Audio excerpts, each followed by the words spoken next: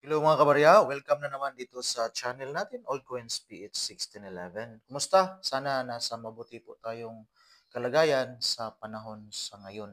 Now, diretso tayo sa barya na hawak natin. Ito yung foreign na barya galing Singapore.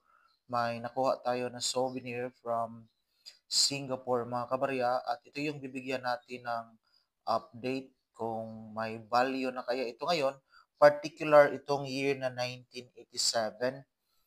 So ito yung titingnan natin na year na 1987. So ito yung titingnan natin. Now diretso na tayo sa kaniyang features. So itong klaseng baryang ito may 1985. Ito yung start na na-produce sa baryang ito to 1991.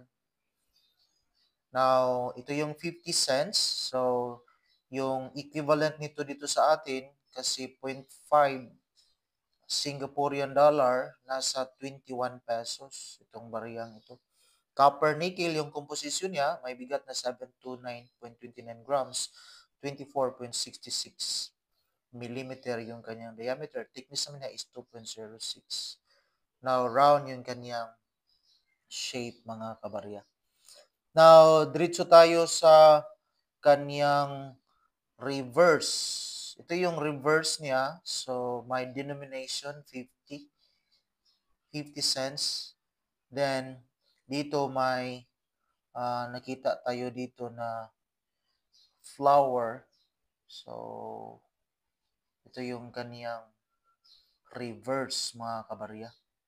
Now, ito naman yung kaniyang obverse. So, ito yung emblem with the date underneath. Then, Singapore. So, dito may English, may Tamil, Chinese, at Malay. So, itong bariyang ito.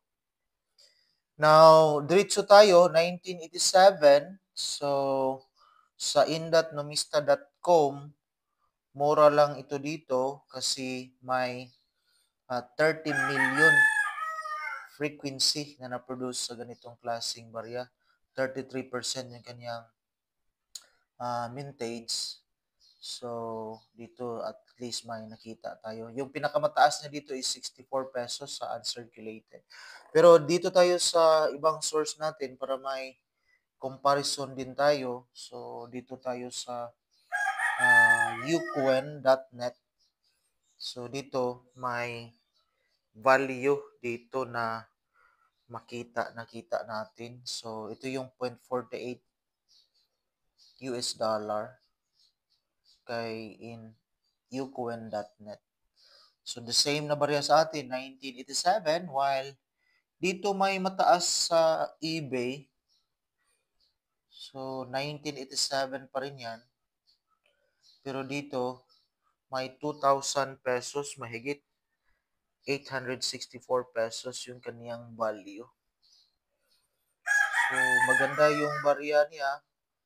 So, yan po. So, graded po yan. MS67 by ENECS. So, kaya 2,000 mahigit yung selling value niya sa kaniyang barya. Again, 2,864 mga kabarya. While doon sa uquen.net, mababa lang yung value sa ganitong klasing barya. So, at least may update tayo na depende pa rin sa quality sa barya na hawak natin kung may value na. Yan lang po. Maraming salamat and God bless.